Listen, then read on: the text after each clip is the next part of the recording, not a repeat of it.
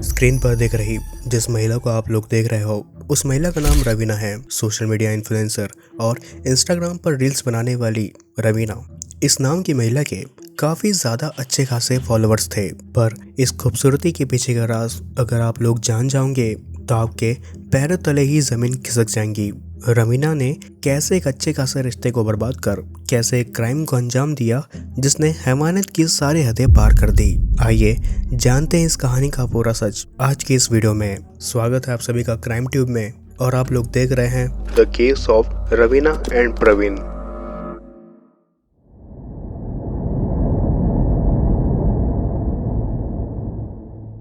हरियाणा के भिवानी डिस्ट्रिक्ट के आने वाले ओल्ड बस स्टैंड के पीछे में ही एक 2 मंजिला इमारत है, यादव भवन। इस घर में 32 साल की रवीना राव अपने पति प्रवीण यादव के साथ रहा करती थी। प्रवीण जो कि एक ट्रक ड्राइवर थे और ट्रांसपोर्ट का काम किया करते थे। वहीं रवीना और प्रवीण का 7 साल का एक छोटा बेटा भी था जिसका नाम उन लोगों ने मुकुल रखा था और वो 3री क्लास में पढ़ता था। इसके अलावा प्रवीण के परिवार में प्रवीण के पिता और उसके बड़े भाई संदीप थे जिनकी कुछ समय पहले ही शादी हो चुकी थी। माँ का तो कुछ समय पहले ही देहांत हो चुका था। वहीं रवीना शॉर्ट फिल्म्स में ड्रामा और नाटक की एक्टिंग किया करती थी जो कि यूट्यूब पर रिलीज किया जाता था और ज़्यादातर रवीना अपने काम के सिलसिले में घर से बाहर ही रहा करती थी। 26 मार्च 2025 रवीना अपने बेटे के काम के सिलसिले में घर पर आई हुई थी और अब उसको वापस जाना था। आज ही के दिन यानी कि 26 मार्च के दिन ही घर वालों ने ये ध्यान दिया कि प्रवीण सुबह से ही नहीं दिखाई दे रहा है। प्रवीण अपने ड्राइवर की जॉब की वजह से अक्सर बाहर रहा करता था। तभी घर वालों ने रवीना से ये पूछा कि प्रवीण कहाँ है, जो कि सुबह से ही घर में नहीं दिखाई दे रहा है। तभी रवीना ने अपने घर वालों से ये कहा कि उसे प्रवीण के बारे में कुछ भी नहीं पता है। वही घर वालों ने ये बात को सोचकर ये चीज़ को टाल दिया कि शायद प्रवीण काम के सिलसिले में जल्दी घर से बाहर चला गया होगा। यहाँ तक सब कुछ नॉर्मल था। रवीना भी अपने काम के सिलसिले में घर से बाहर चली गई थी। वहीं प्रवीण को अपने घर में लौटे 1 दिन से ज़्यादा का समय बीत चुका था और यहाँ 28 मार्च को रवीना वापस काम से फ्री होकर जब घर पर वापस लौटती है तब वो इस बार ये सब देखती है कि उसके घर वाले परेशान बैठे हुए हैं। वहीं रवीना को ये पता चलता है कि प्रवीण अब तक अपने घर में वापस नहीं लौटा है और ना ही वो फोन उठा रहा है। तभी घर वालों ने अपने पहचान और प्रवीण के दोस्तों को जाकर प्रवीण के बारे में बात बताई। प्रवीण को हर जगह खोजा गया पर अफसोस प्रवीण के घर वालों को प्रवीण कहीं पर भी नहीं नजर आया। यहाँ पर रवीना भी काफ़ी ज़्यादा घबरा गई थी।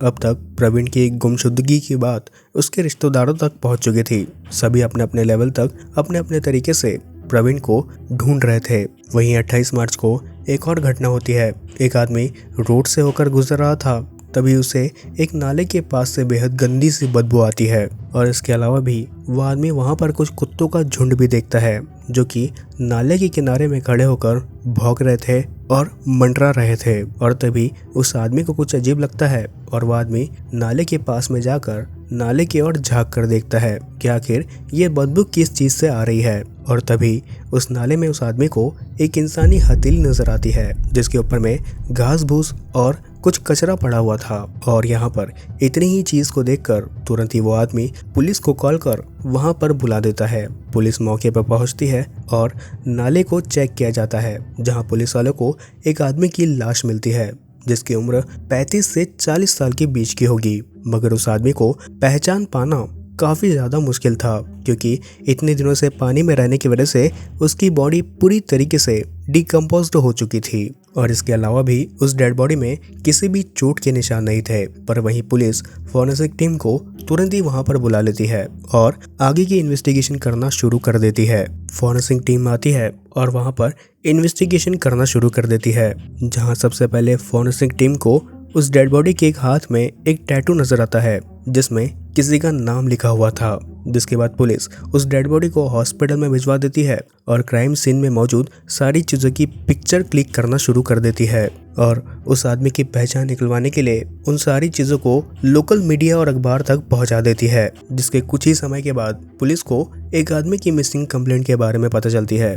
वहीं अगले दिन 29 मार्च को इस घटना की खबर जब प्रवीण के घर वालों तक पहुंचती है तब वे लोग लाश के कपड़े और उस टैटू को देखकर यह पहचान लेते हैं कि हो ना हो ये प्रवीण की ही लाश है। और इसी चीज़ को कंफर्म करने के लिए प्रवीण के घर वाले तुरंत ही हॉस्पिटल में जाकर ये चेक करते हैं कि वो लाश आखिरकार प्रवीण की है या फिर नहीं। और यहीं पर प्रवीण के घर वाले ये चीज़ को कंफर्म कर लेते हैं कि ये डेड बॉडी और किसी की नहीं बल्कि प्रवीण यादव की है।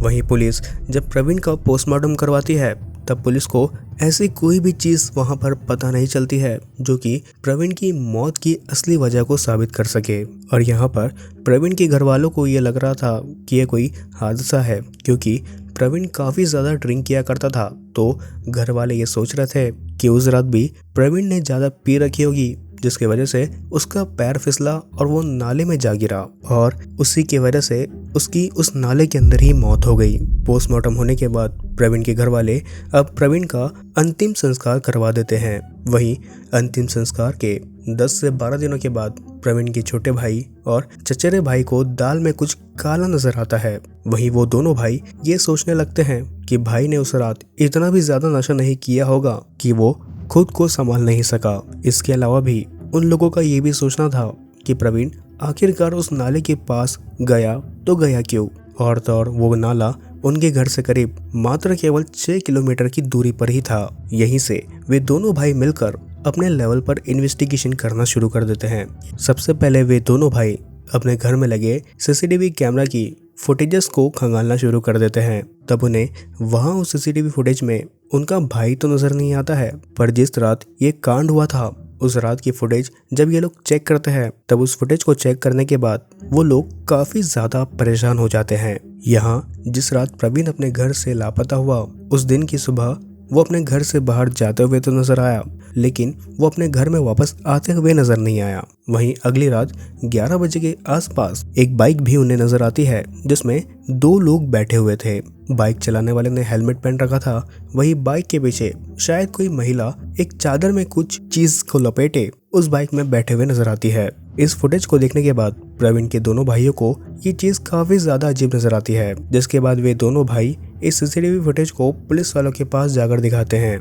यहाँ पर 11 अप्रैल तक घर वालों ने पुलिस वालों को ये फुटेज दिखाई और कहा कि अब आप इन्वेस्टिगेशन करना शुरू करो। और फिर इस सीसीटीवी फुटेज को मद्देनजर देखते हुए पुलिस भी अपने काम पर लग जाती है।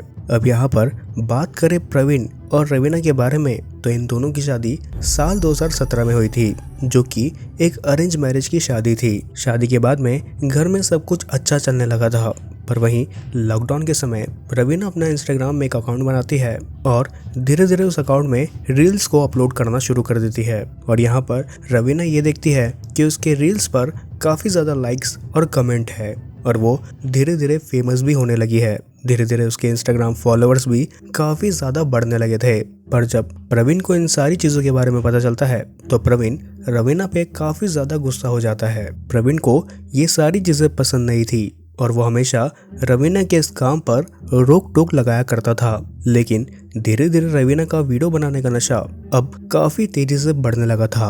और वहीं जब रवीना काफ़ी ज़्यादा फेमस हो गई तब उसे एक हरियाणी मूवी में एक्टिंग करने का चांस भी मिल गया। लेकिन कहीं ना कहीं प्रवीण को ये सारी चीज़ें काफ़ी ज़्यादा खटकने लगी थी। वो ये नहीं चाहता था कि उसकी पत्नी गैरों के सामने ऐसे डांस करते हुए नजर आए। Well back to the case, वहीं पुलिस ने बाइक की नंबर प्लेट को ध्यान से देखकर असली मुजरिम का पता लगा लिया था, और तो और वो और कोई नहीं बल्कि रवीना और उसका बॉयफ्रेंड था।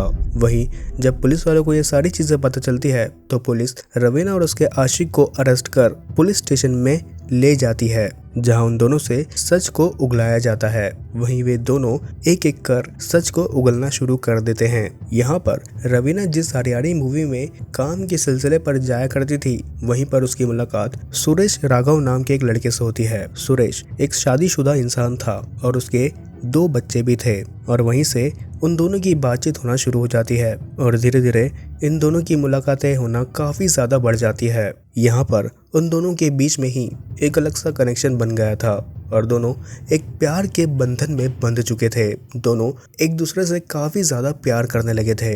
वही रवीना अपनी हर एक बात सुरेश से शेयर किया करती थी। यहाँ तक रवीना ने अपने आशिक को ये तक बता के रखा था कि उसके पति को ये सारी चीज़ें काफ़ी ज़्यादा खटकती है रवीना का पति प्रवीण उसे रील्स बनाने और मूवी में काम करने से मना किया करता है। वहीं सुरेश भी अपनी बीतों किस्से के बारे में भी रवीना से शेयर करता है कि उसकी वाइफ उस पर कितना ज्यादा शक करती है। सुरेश की वाइफ उससे बिल्कुल भी पसंद नहीं करती है। वो भी अपने वाइफ से अलग होना चाहता है, लेकिन समाज के सामने वो ये सारी बदनामी सह नहीं पाएगा। 25 मार्च 2025 इस दिन प्रवीण के घर के सारे लोग बाहर गए हुए थे। प्रवीण भी अपने काम पर चला गया था, लेकिन प्रवीण की पत्नी रवीना घर पर अकेले थी, इसलिए वो इस मौके का फायदा उठाकर सुरेश को अपने घर में बुला लेती है। लेकिन कुछ ही देर के बाद जब प्रवीण अचानक से अपने घर में वापस लौटता है और अपनी पत्नी को उसके प्रेमी के साथ इंटीमेट होते हुए देखता है,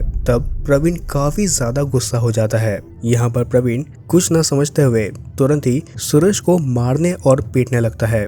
वहीं दूसरी ओर रवीना दूसरे रूम में जाकर अपनी एक चुन्नी लेकर आती है और अपने पति के गले में लपेट देती है, जिसके बाद रवीना अपने प्रेमी सुरेश के साथ मिलकर उस चुन्नी की मदद से प्रवीण का घोट करके उसका मर्डर कर देते हैं। और प्रवीण की लाश को ठिकाने लगाने के लिए वे दोनों प्रवीण की लाश को एक चादर में लपेटते हैं और प्रवीण के घर से कुछ ही दूरी पर जाकर एक नाले में उस लाश को फेंक कर आ जाते हैं, जो कि साफ तौर पर आप लोग इस सीसीटीवी फुटेज में भी देख सकते हैं। इस वीडियो के अंत में मैं बस यही कहना चाहूँगा कि ये केस मुझे काफ़ी ज़्यादा स्ट्रेंज लगा। एंड अगर आप लोगों को ऐसे ही क्राइम डॉक्यूमेंट्री या फिर ट्रू क्राइम स्टोरीज देखना पसंद है तो आप लोग आज ही हमारे चैनल क्राइम ट्यूब को सब्सक्राइब कर बेल आइकन को प्रेस कर लीजिए। मैं मिलता हूँ अगली नेक्स्ट क्राइम डॉक्यूमेंट्री वीडियो के साथ। तब तक के लिए stay safe, stay healthy and stay alert. Bye bye.